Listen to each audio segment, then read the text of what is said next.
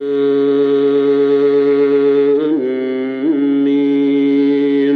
تنزيل الكتاب لا ريب فيه من رب العالمين. أم يقولون افتراه بل هو الحق من ربك لتنذر قوما ما أتاهم من نذير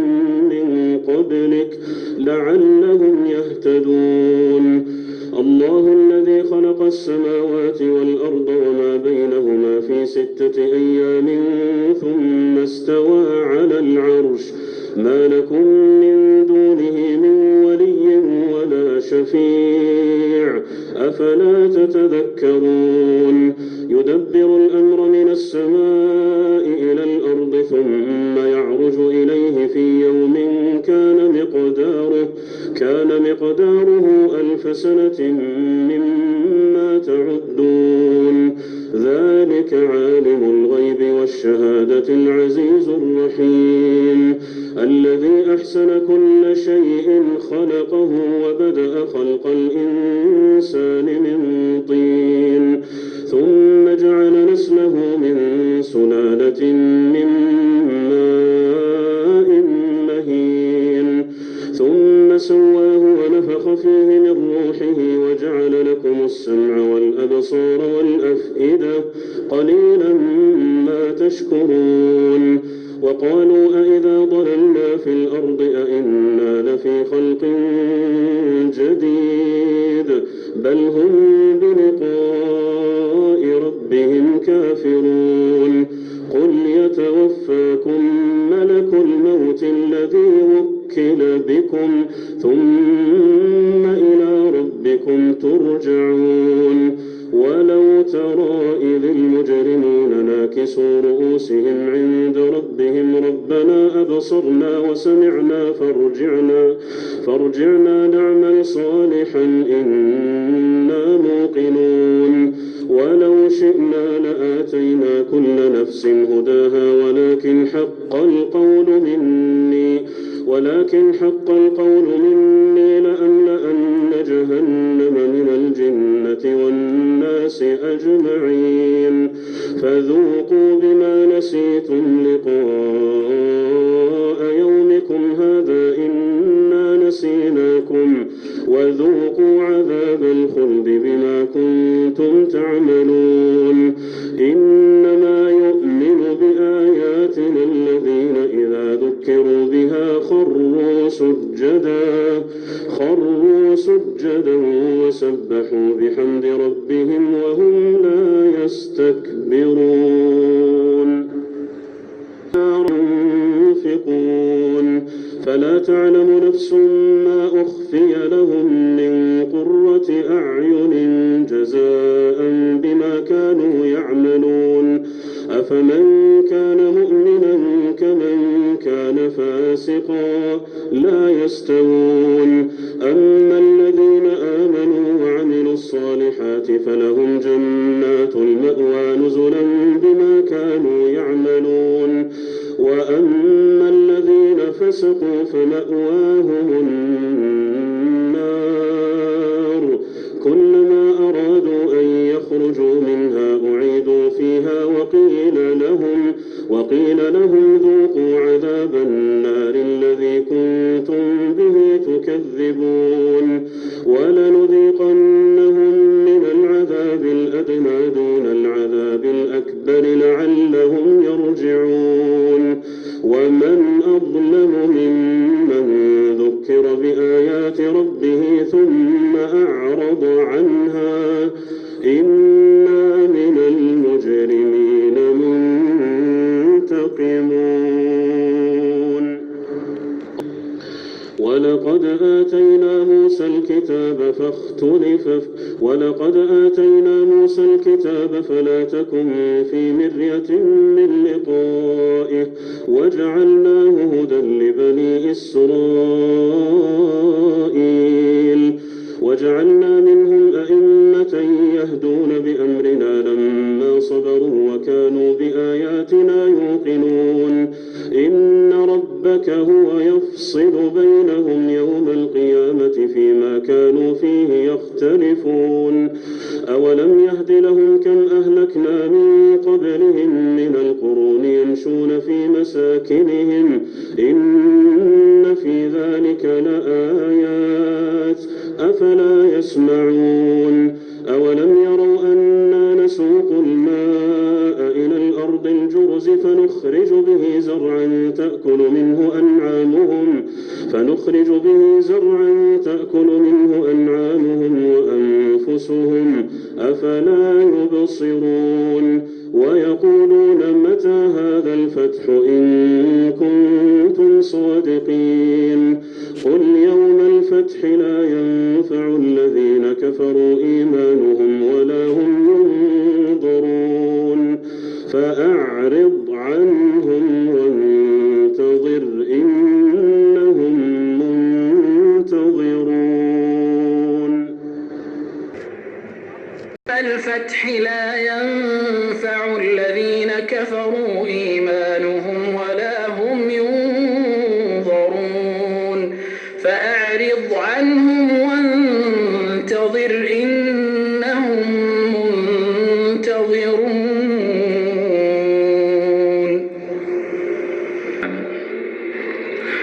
يا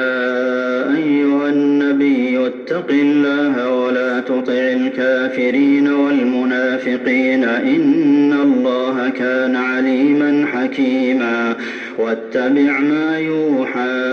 إليك من ربك إن الله كان بما تعملون خبيرا وتوكل على الله وكفى بالله وكيلا ما جعل الله لرجل من قلبين في جوفه وما جعل أزواجكم اللائي تظاهرون منهن أمهاتكم وما جعل أدعياءكم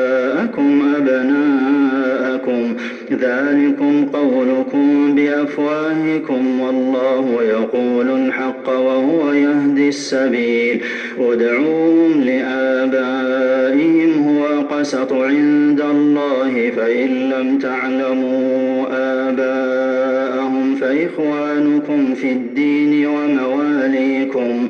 وليس عليكم جناح فيما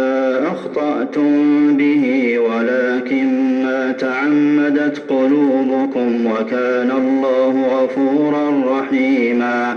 النبي أولى بالمؤمنين من أنفسهم وأزواجه أمهاتهم وأولو الأرحام بعضهم أولى ببعض في كتاب الله من المؤمنين والمهاجرين إلا أن تفعلوا إلى أوليائكم معروفا كان ذلك في الكتاب مسطورا. وإذ أخذنا من النبيين ميثاقهم ومنك ومن نوح وإبراهيم وموسى وعيسى ابن مريم وأخذنا منهم ميثاقا غليظا ليسأل الصادقين عن صدقهم وأعد للكافرين عذابا أليما. يا أيها الذين آمنوا اذكروا نعمة الله عليكم إذ جاءتكم جنود فأرسلنا عليهم ريحا وجنودا لم تروها وكان الله بما تعملون بصيرا. إذ جاءوكم من فوقكم ومن أسفل منكم وإذ زاغت الأبصار وبلغت القلوب الحناجر وتظنون بالله الظنونا هنالك ابتلي المؤمنون وزلزلوا زلزالا شديدا. وإذ يقول المنافقون والذين في قلوبهم مرض ما وعدنا الله ورسوله إلا غرورا. وإذ قالت طائفة منهم يا أهل يثرب لا مقام لكم فارجعوا ويستأذن فريق منهم النبي يقولون إن بيوتنا عورة وما هي بعورة إن يريدون إلا فرارا ولو دخلت عليهم من أقطارها ثم سئلوا الفتنة لآتوها وما تلبثوا بها إلا يسيرا ولقد كانوا عاهدوا الله من قبل لا يولون الأدبار وكان عهد الله مسؤولا قل لن ينفعكم الفرار إن فررتم من الموت أو القتل وإذا لا تمتعون إلا قليلا قل من ذا الذي يعصمكم من الله إن أراد بكم سوءا أو أراد بكم رحمة ولا يجدون لهم من دون الله وليا ولا نصيرا قد يعلم الله المعوقين منكم والقائلين لإخوانهم هلم إلينا ولا يأتون البأس إلا قليلا أشحة عليكم فإذا جاء الخوف رأيتهم ينظرون إليك تدور أعينهم كالذي يغشى عليه من الموت فإذا ذهب الخوف سلقوكم بألسنة حداد أشحة على الخير أولئك لم يؤمنوا فأحبط الله أعمالهم وكان ذلك على الله يسيرا يحسبون الأحزاب لم يذهبوا وإن يأتي الأحزاب يودوا لو أنهم بادون في الأعراب يسألون عن أنبائكم ولو كانوا فيكم ما قاتلوا إلا قليلا لقد كان لكم في رسول الله أسوة حسنة لمن كان يرجو الله واليوم الآخر وذكر الله كثيرا ولما رأى المؤمنون الأحزاب قالوا هذا ما وعدنا الله ورسوله وصدق الله ورسوله وما زادهم إلا إيمانا وتسليما من المؤمنين رجال صدقوا ما عاهدوا الله عليه فمنهم من قضى نحبه ومنهم من ينتظر وما بدلوا تبديلا ليجزي الله الصادقين بصدقهم ويعذب المنافقين إن شاء أو يتوب عليهم إن الله كان غفورا رحيما ورد الله الذين كفروا بغيظهم لم ينالوا خيرا وكفى الله المؤمنين القتال وكان الله قويا عزيزا وأنزل الذين ظاهروهم من أهل الكتاب من صياصيهم وقذف في قلوبهم الرعب فريقا تقتلون وتأسرون فريقا وأورثكم أرضهم وديارهم وأموالهم وأرضا لم تطئوها وكان الله على كل شيء قديرا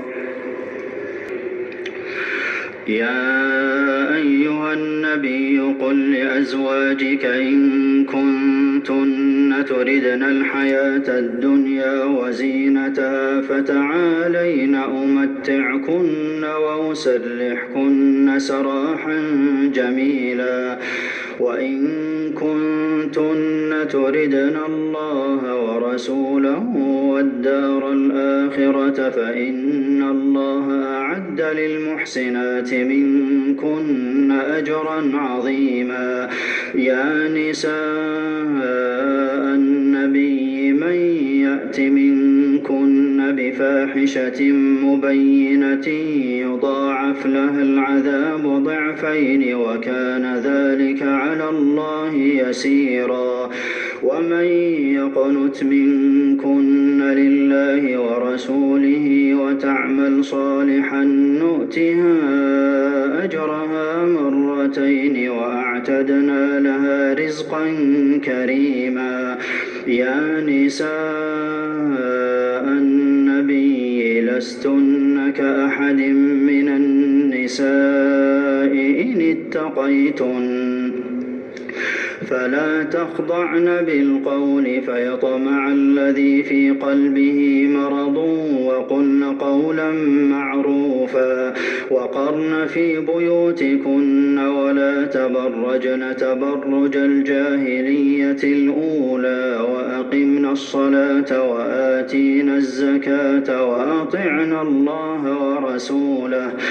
إنما يريد الله ليذهب عنكم الرجس أهل البيت ويطهركم تطهيرا واذكرن ما يتلى في بيوتكن من آيات الله والحكمة إن الله كان لطيفا خبيرا إن المسلمين والمسلمات والمؤمنين والمؤمنات والقانتين والقانتات والصادقين والصادقات والصابرين والصابرات والخاشعين والخاشعات والمتصدقين والمتصدقات والصائمين والصائمات والحافظين فروجهم والحافظات والذاكرين الله كثيرا والذاكرات أعد الله لهم مغفرة وأجرا عظيما وما كان لمؤمن ولا مؤمنة إذا قضى الله ورسوله أمرا أن يكون لهم الخيرة من أمرهم ومن يعص الله ورسوله فقد ضل ضلالا مبينا وإذ تقول للذي أنعم الله عليه وأنعمت عليه أمسك عليك زوجك واتق الله وتخفي في نفسك ما الله مبديه وتخشى الناس والله أحق أن تخشاه فلما قضى زيد منها وطرا زوجناكها لكي لا يكون على المؤمنين حرج في أزواج أدعيائهم إذا قضوا منهن وطرا وكان أمر الله مفعولا ما كان على النبي من حرج فيما فرض الله له سنة الله في الذين خلوا من قبل وكان أمر الله قدرا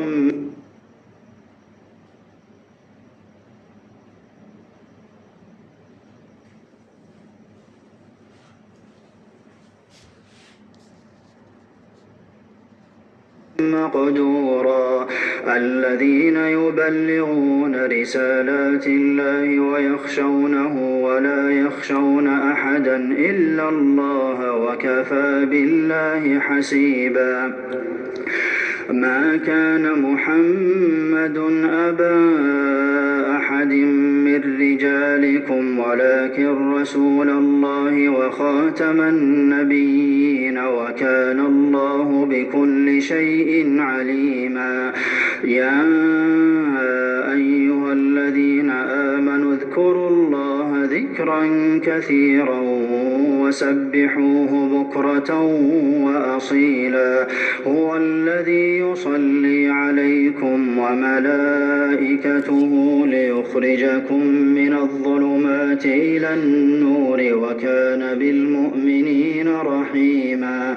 تحيتهم يوم يلقونه سلام وأعد لهم أجرا كريما يا أيها النبي إنا أرسلناك شاهدا ومبشرا ونذيرا وداعيا إلى الله بإذنه وسراجا منيرا وبشر المؤمنين بأن لهم من الله الله فضلا كبيرا ولا تطع الكافرين والمنافقين ودع أذاهم وتوكل على الله وكفى بالله وكيلا.